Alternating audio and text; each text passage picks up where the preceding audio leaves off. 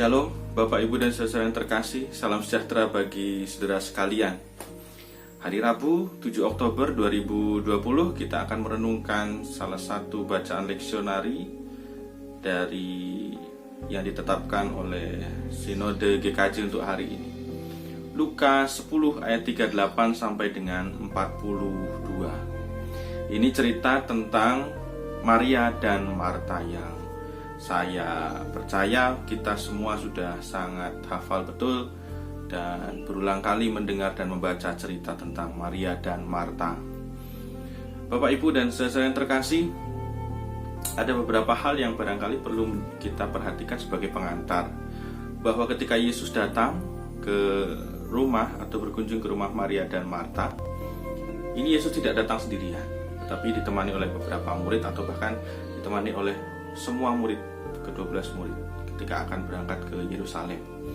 Nah, karena berkunjung ke rumah Maria dan Marta tentu sudah secara wajar, secara manusia atau tradisi ketika itu, ya yang punya rumah kemudian menyediakan segala macamnya. Yang punya rumah lalu menyediakan setiap ubur rampenya untuk menyambut dan menjamu tamu. Dan itu yang dilakukan oleh Marta. Dan menurut tradisi memang ketika ada orang yang menjamu, ada orang yang bertamu dan harus menjamu, yang harus menyiapkan itu adalah sang perempuan. Sehingga apa yang dilakukan Marta itu sesuai tradisi ketika itu. Tidak ada yang salah yang dilakukan oleh Marta. Hanya menjadi catatan bahwa yang justru yang dilakukan oleh Maria menjadi tidak wajar ketika itu. Jadi tidak wajar, dan makanya kemudian Marta mengingatkan, minta tolong kepada Tuhan Yesus agar Maria menjalankan tugasnya yang dianggap wajar, sewajarnya ketika itu. Nah, jadi ini seringkali menjadi sebuah situasi yang mungkin kalau kita melihatnya di zaman sekarang, kita sudah terlanjur melihat Marta itu jelek,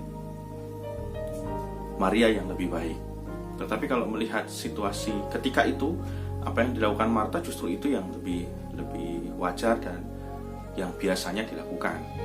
Sehingga yang dilakukan Maria justru yang tidak wajar.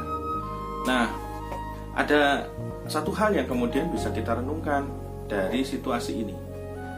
Kita tidak akan menyoroti siapa yang lebih baik. Kita tidak akan menyoroti siapa yang harus kita pilih sebenarnya, apakah Maria atau Marta. Karena pada hakikatnya kita semua tahu bahwa peran masing-masing Maria dan Marta itu juga sama-sama pentingnya di hadapan Tuhan. Artinya Marta melakukan tugasnya untuk menjamu itu juga penting dan wajar gitu ya. Mungkin akan dianggap tidak wajar ketika tidak ada suguhan apa-apa, khususnya ketika zaman sekarang gitu ya. Nah, tapi juga tidak kalah penting apa yang dilakukan Maria ketika menemani tamu. Jadi cobalah kalau kita menempatkan diri sebagai Yesus bertamu tapi malah ditinggal pergi, kan tidak nyaman, tidak ada yang menemani untuk ngobrol. Padahal yang tujuan bertamunya adalah ketemu dengan orang yang dikunjungi gitu. Nah, tapi ada hal yang kemudian bisa kita pelajari sekarang atau kita akan renungkan secara khusus. Bagaimana cara Marta menegur Maria? Nah, kalau kita perhatikan bacaan kita, Bapak, Ibu, dan saudara-saudara, Marta menegur Maria tidak dengan secara personal bicara kepada Maria, tetapi justru Marta menegur Maria lewat Tuhan Yesus, minta tolong kepada Tuhan Yesus. Dan nampaknya kita bisa coba rekonstruksi minta tolongnya dengan nada yang tidak lembut tetapi agak keras kalau kita perhatikan dari bahasa yang digunakan oleh Marta. Teguran ini, permintaan tolong ini yang disampaikan Marta kepada Maria dilakukan di depan banyak orang. Di depan banyak orang, disaksikan oleh Tuhan Yesus dan dimintai tolong oleh Marta agar Yesus menegur Maria. Tetapi yang terjadi justru Yesus menegur kembali Marta dengan nada, kalau kita coba rekonstruksi, dengan nada yang berbeda dari Marta.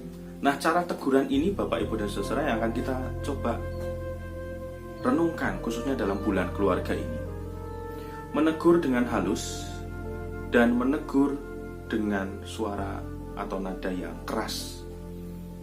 Tentu masing-masing punya tujuan. Masing-masing kalau diperhadapkan pada situasinya yang pas itu akan menjadi baik. Tetapi kalau kita disuruh memilih mau ditegur dengan cara apa, sudah barang tentu kita akan memilih ditegur dengan cara yang halus. Nah, cara kita menegur Bapak Ibu menjadi penting sekarang untuk coba kita evaluasi. Saudara dan saya dalam perannya masing-masing sebagai suami, istri, sebagai anak-anak, bahkan anak-anak sering menegur orang tuanya gitu. Cara menegur ini menjadi hal yang perlu kita perhatikan saat ini. Apakah cara menegur kita itu bisa diterima, atau bisa mengubah orang, atau malah membuat orang semakin ngeyel. Seringkali ketidakharmonisan keluarga dimulai justru dari cara menegurnya.